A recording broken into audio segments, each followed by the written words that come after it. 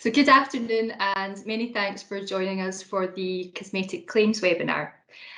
My name is Stephanie McLaughlin and I'm an associate in BTO's Personal Injury Department dealing with higher value personal injury claims.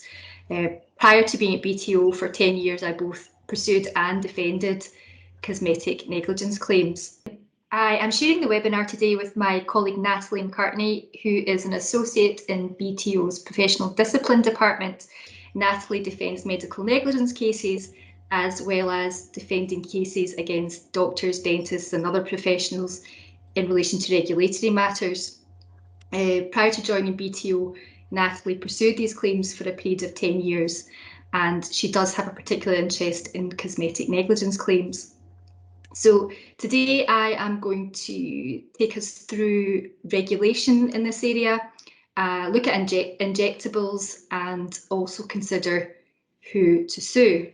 So I was just going to start by saying, well, why are we here today? Why are cosmetic claims really of interest? Well, there has been a significant increase in the number of non-surgical cosmetic treatments being carried out across Scotland and also across the UK and over the last few years, and they do continue to rise.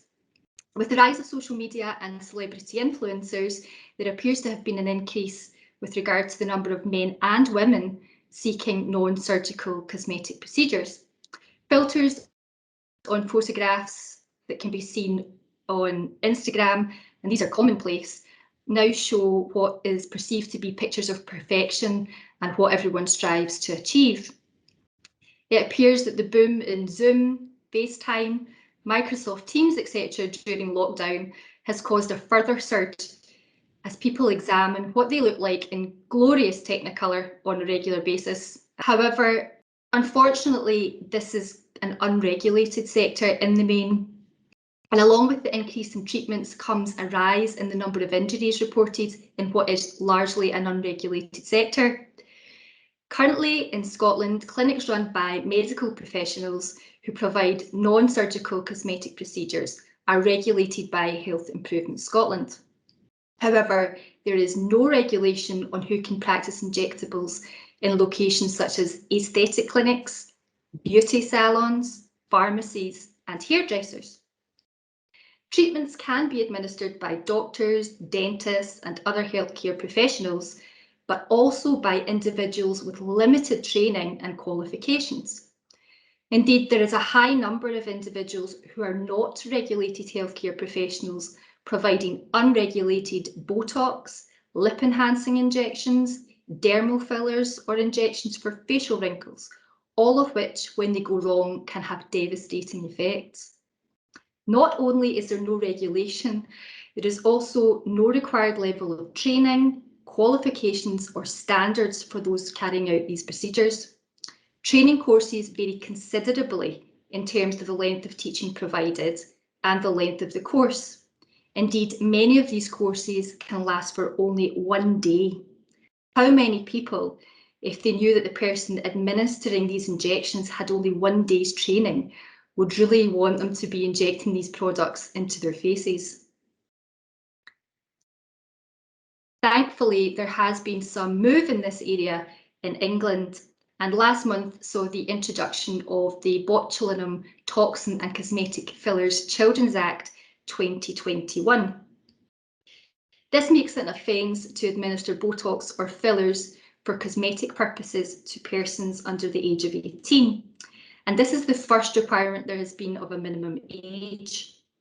In terms of the Act, the procedures can still be carried out if there is a clinical need, and doctors should, as their usual practice, follow guidance and standards issued by their regulator, the General Medical Council, when considering the use of products on under 18s. So from the 1st of October 2021, practitioners and businesses involved in the provision of treatments in England must verify the age of all customers or patients before booking an appointment for or carrying out botulinum toxin or cosmetic filler treatments. The Act also provides a defence for those who are registered medical practitioners or registered health professionals such as nurses, dentists or pharmacists who are working with or under the direction of a medical practitioner, or if the defender has taken reasonable steps to establish the person's age and had reasonably believed that they were over 18. Having given this a bit of thought, I think the majority of 18-year-olds or over 18-year-olds will have some form of photographic identification, such as passport or a driving licence. So it's pretty easy to confirm if somebody's over 18 or not, and you're then getting into the realms of saying that somebody had produced fake documents. Not sure how easy that would be. However, unfortunately, with regard to Scotland, we're not as further forward as our friends in the south. The Scottish Government started a consultation in January 2020 on the regulation of non-surgical cosmetic procedures. So the government has proposed to introduce a licence for those carrying on a business which provides non-surgical cosmetic procedures through piercing and penetrating the skin. So that would include, for example, dermal fillers and lip enhancers. The government say that their aim is to provide regulations that ensure that anyone providing non-surgical cosmetic procedures that pierce or penetrate the skin is competent and appropriately trained to do so. These suggested regulations involve those requiring to carry out the procedures applying to a local authority for a licence, which licence should be refused if the council considered that the applicant is not a fit and proper person to hold a licence. And the government have suggested that whether or not someone is fit and proper will depend on their knowledge, skills, training and experience. Consultations were to be submitted to the Scottish Government by the 30th of April 2020. So fortunately, to date, nothing further has been issued by the Scottish Government with regard to the draft regulations. So whilst the consultation outcome is awaited, it's important for those who are providing these treatments to continue to implement measures to prevent injury to their customers and clients. And these type of measures could include just making sure that they are fully aware of the product safety risks before offering the type of product or treatment to people, carrying out patch tests. That's a simple, straightforward thing that you should be doing at all times. Ensuring that the customer is fully informed of all of the risks associated with the particular treatment that they are hoping to get, and that the person has given informed consent prior to that treatment. They should also be permitting only trained and competent staff to carry out the treatment in question. It goes without saying, but it's not always done, that treatment providers should always keep a paper trail to demonstrate their compliance in the event of a customer injury or customer complaint. And as many of us will know, the success of a defence in this area very much depends on the documentary evidence available, and that there is a paper trail there to say that everybody has done what they should have done. So moving on to look at injectables in particular, the administration of Botox and fillers is a significant source of claims. When they go wrong, they can have absolutely devastating effects. I'm sure many of us, if not all of us, have seen the outcome of botched Botox surgery, where there is significant asymmetry to the person's face. And many might also remember Leslie Ash and the pictures of her severe reaction when she had lip fillers. And it's plain to see when you look at the person, those physical injuries, but more often than not now, we also see that these people are suffering from psychological issues as a result of that treatment. And this can result in these claims being of quite high value. As with many things at the moment, there is unfortunately a COVID slant to this as well. There have been recent reports of complications when the person receiving the injection has a COVID condition either shortly before or shortly after getting the injection, the filler injection itself. And we may see litigation arising out of this situation. Whilst there is likely to be a defence for those who carried out the treatments without asking about the COVID vaccination in the early days, as this issue, assuming that it does become more widely known and there is a real risk, as that happens, there won't be a defence for those people not having carried out the necessary investigations with their clients. So with that in mind, it might be advisable for those who are carrying out fillers at this stage to change their consent procedures to ask whether the person has had their COVID vaccination and when, as a belt and braces approach to potentially protect themselves until more is known about this. So moving on to my last section, which is with regard to who is the appropriate defender to sue when things go wrong. Well, the usual principles do apply. If the person carrying out the treatment is an employee of the salon clinic where they work, in addition to negligence on the part of the employee, there will be vicarious liability on the part of the employer. However, who is the appropriate defender can be more complicated in these types of claims than might be expected. It's not always clear what the setup is, especially if you're in a high street hairdressers or beauty salon. Many beauty salons have what's known as a rent-a-chair arrangement with individual therapists, such that the therapists are self-employed. This has benefits to the owner from the point of view of avoiding some employment laws, and it also has tax advantages for the therapists. In the cases where the relationship is unclear, we then have to look at surrounding circumstances to see whether we can argue that there is a relationship akin to one of employment there. And again, it's not always that straightforward in these situations to try and get the information, but some things that you might want to look at is what can be seen on the clinic or the salon's websites, and is the person employed using their own products? Are they using their own equipment? Or are all of these things provided by the salon and the person is effectively employed by that salon? I'm now going to pass over to Natalie, who is going to talk about insurance, about standards of care, and about quantum. Thank you, Stephanie. Moving first of all to the insurance issues that might arise. Obviously for claimants, it will be very important to know if the clinic or the individual practitioner is insured. Many clinics are insured and registered with Healthcare Improvement Scotland, but as Stephanie said, they very much only govern clinics run by medical professionals.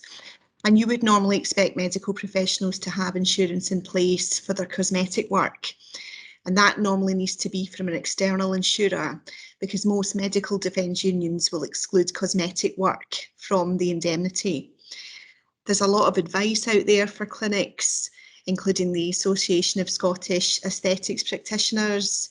Their own indemnifiers can provide advice.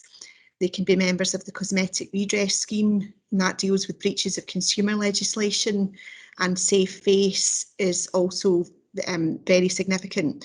Safe Face is the National Register of Accredited Practitioners who provide non-surgical cosmetic treatments such as injectables and fillers. That register is accredited by the Professional Standards Authority, and it's recognised by the government, the Department of Health, NHS England and the Care Quality Commission. And although it's an English organisation, Scottish clinics can seek advice from them and they can be on the register. And that proves that they're a registered nurse or midwife, doctor, dentist, or prescribing pharmacists with specialist training and insurance. And it shows that they use licensed products sourced from a reputable supplier and that they have all of the necessary paperwork in place. So if a clinic is insured, they can be insured for the business and also individually for the treatments that are delivered. But of course, many of these clinics that are popping up everywhere and unqualified beauticians are not insured. And while beauticians and hairdressers need to obtain employers' liability insurance if they have anyone working for them, they are not legally required to be insured for their work and the treatments that they offer to clients. And although not legally required to do so, some of these unqualified professionals do seek out their own public liability insurance to cover them against any damages or injuries. I think at the moment a common trend is that more specialised beauticians who work in areas, for example, dermal fillers, I think that what we're seeing is they're more likely to seek out insurance because there's a lot more risk involved with those treatments. But individuals that are working in things like acrylic nails, hairdressing, eyelash extensions, I think they're more reluctant to fork out for insurance that can be quite costly because they don't really see much risk involved in their day-to-day work. And it's also important to note that some treatments such as body piercing and permanent makeup, which is a very common treatment now, they are not covered in many available insurance policies for beauticians. That's something to bear in mind in cases involving body piercing or permanent makeup. So it's quite clear that it's perfectly legal for a non-qualified person to administer fillers and toxin and not be registered at the moment in Scotland.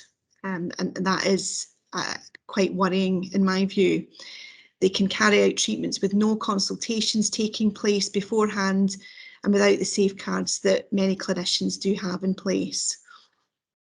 I would suggest that beauticians can be unaware of the delicate anatomy of the face, and as Stephanie says, they can do a one-day course and set up in business.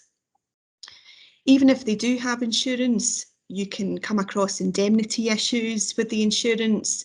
They perhaps haven't disclosed some of the treatments that they're carrying out, and late notification of claims can also cause issues. And one point to make that I'm not going to go into in great detail because it is a topic on its own, but a defender can't normally be made to disclose insurance details. And a case that deals with that, which did deal with a limited exception to that rule, is the case of XYZ against various companies. And that's a case definitely worth looking at in this area. If there has been some correspondence, if a claimant's made a claim from solicitors, that can sometimes suggest that there are insurers in the background. Sometimes the tone of the correspondence can give a clue if there's professional advice going on in the background. But then the question is, if you don't get any response to a letter of claim, should you press ahead? And I would suggest it is a risk. If you're suing an individual and it's a claim of modest value, it's worth checking if there are any assets to meet the claim. And certainly if you make inquiries and the individual does have assets, it can be worth suing the individual in the face of no insurance. But it is certainly risky to do that, and there's no guarantees that you'll be able to succeed with a claim. So I'm going to move on to causes of action. There's a number of different possibilities in these types of claims. Negligence is the obvious one, but we are dealing with a contract for paid services. So there can also be claims under breach of contract, also misrepresentation. So for example, in a tattoo claim, that could have a contract element to it, even if there's no injury. For example, I've heard about claims where a name is being tattooed and that's been misspelt, and so the service has not been as described, and so that would come under breach of contract. And there's also the possibility of product liability claims, because the producer of a product can be liable if there's a defect in the product. So for example, if something's contaminated in the product, or if it's just generally defective, there's a possibility of that claim as well against the producer. And another cause of action, always it's good to bear in mind this one, especially against a background of lack of insurance, is the Consumer Credit Act 1974, Section 75. That will apply if the service has been paid for by credit card and the claimant has a claim against the supplier in respect of a misrepresentation or breach of contract. They'll also have a claim against the credit card company. The value of the services has to be between £100 and £30,000, so I'd suggest that would cover a lot of these claims. And there's no requirement to also sue the supplier, but I would suggest it might be advisable to do that as well, because there can be issues bringing in other defenders later on in an action, but it's not essential to sue the supplier as well. That's another route to recovery in breach of contract claims.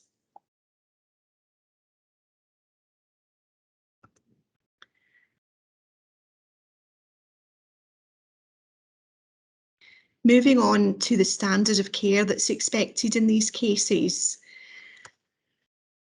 Quite an interesting area, because obviously it's an industry that's largely unregulated. So in a normal personal injury case, you would get an expert report from an equivalent clinician to comment on the appropriate standard of care.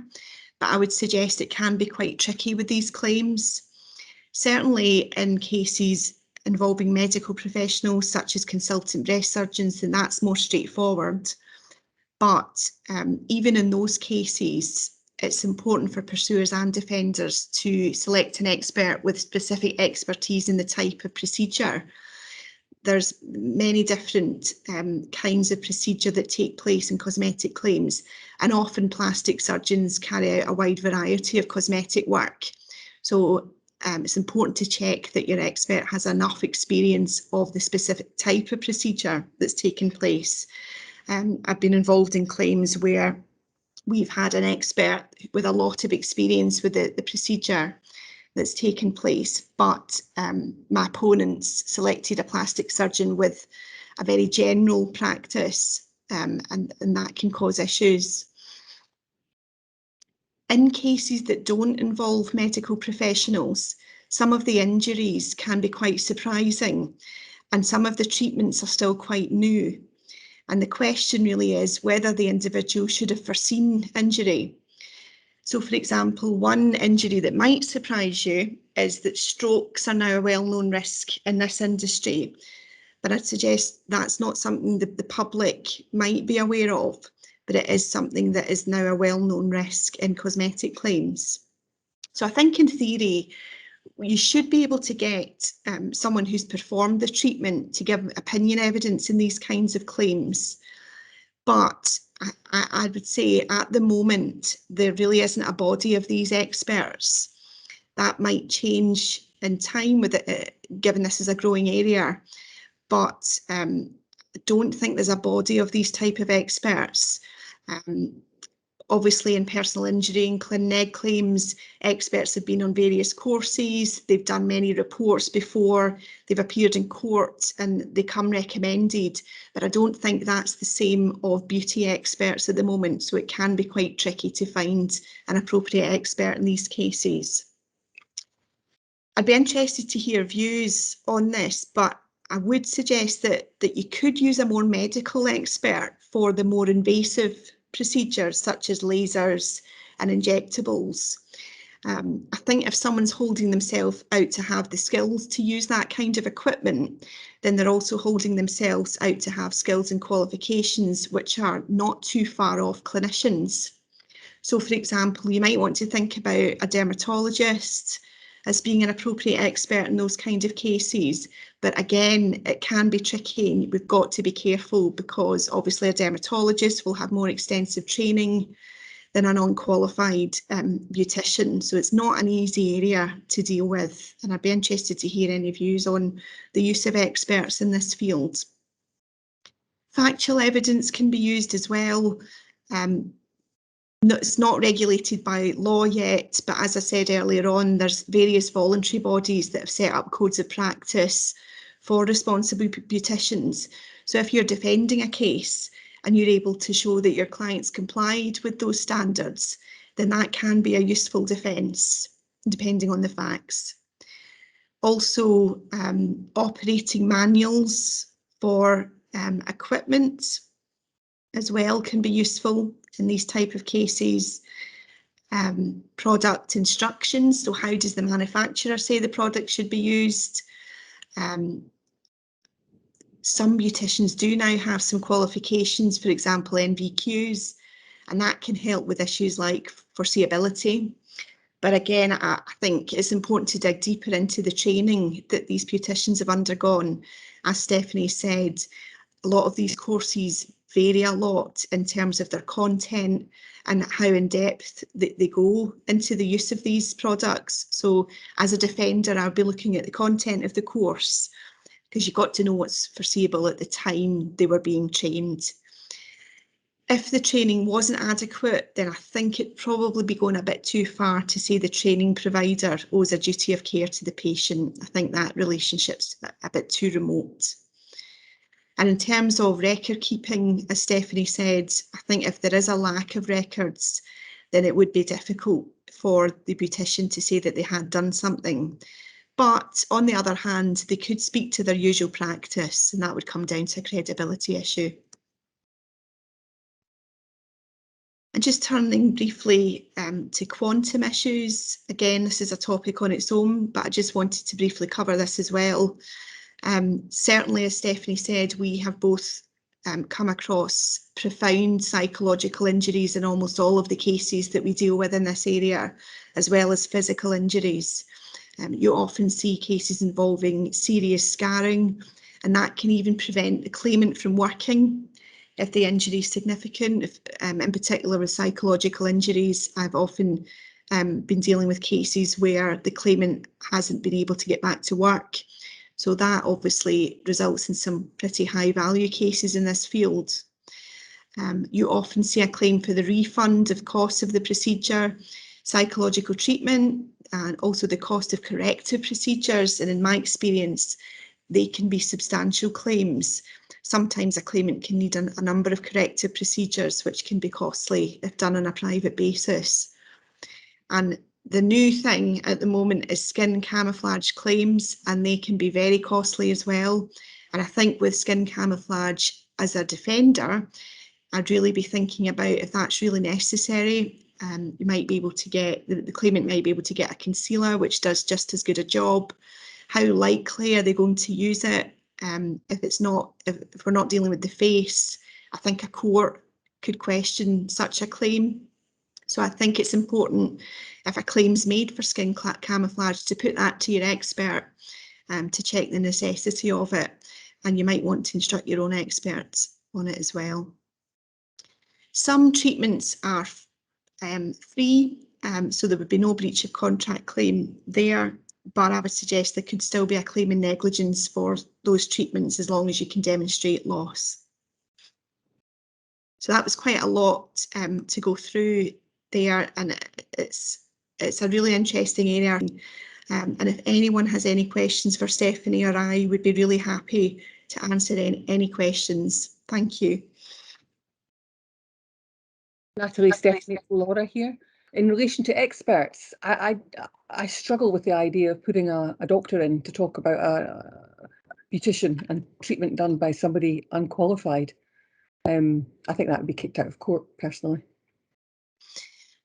Yeah, I do think that. I think some of these treatments are pretty invasive, but I take your point that it would be that they're not comparable. I mean, many of these beauticians haven't had any training or qualifications, and regardless of the fact it's invasive, I think you're right. I just think it's quite difficult to find at the moment a suitable expert. So I think what you'd probably be best to do is try to find someone who's carried out that procedure on a number of occasions that's non-medical. But I do think that's a valid point, Laura. Yes. Perhaps someone from one of the professional bodies that you talked about. Yeah, there are lots of professional bodies, and you could seek someone from that directory, but I still think at the moment that there aren't many of these, that I can't even describe them as experts. There aren't many of these professionals that are doing a lot of this work, and it is an area that hopefully will grow in time, and it'll be easier to find somebody. But yeah, that is a good point, to approach one of these professional bodies, I think would help. Maybe develop our own body of experts, provide them with training and so forth. Yeah. Thank you very much. That was very interesting, certainly from my perspective. Thank you. Well, I think that's all the questions. I can't see anything in the chat, but thank you very much for joining Stephanie and I. And if you do have any questions, please feel free to get in touch with either of us by phone or email, and we'd be happy to help. Thank you. Thank you.